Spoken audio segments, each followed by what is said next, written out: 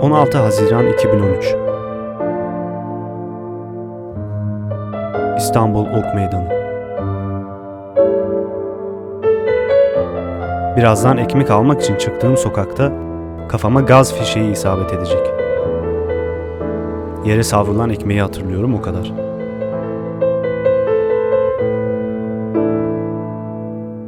...21 Mart 2017 Ahmet Nevruz alanı. Bir polis tarafından sırtımdan vuruldum.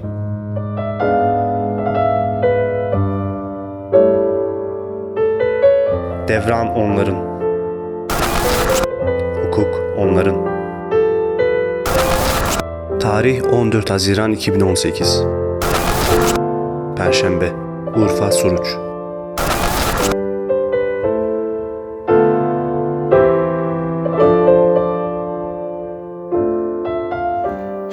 Çıkam çay dersim evime ocağı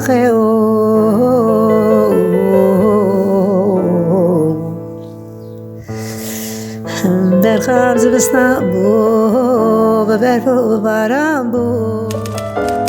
Demokrasi mücadelesine destek olanlarla beraber sorunun çözümüne yönelik çaba sarf etmek.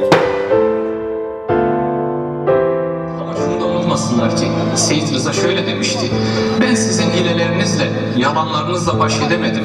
Bu bana dert oldu. Ama ben de senin önünde diz çökmedim. Bu da sana dert olsun. Günlerin bugün getirdiği baskı, zulüm ve kandır. Ancak bu böyle gitmez. Sömürü devam etmez. Yepyeni bir güneş doğar bizde ve her yerde. Yurdumun mutlu günleri mutlaka gelen günleri. Gelen günlere inanacağız, gelen günlere inanacağız. Gelen günler bizimdir. İşçilerin, emekçilerin, kadınların, gençlerin ve halklarımızın. Hepinizi sevgiyle, saygıyla selamlıyorum.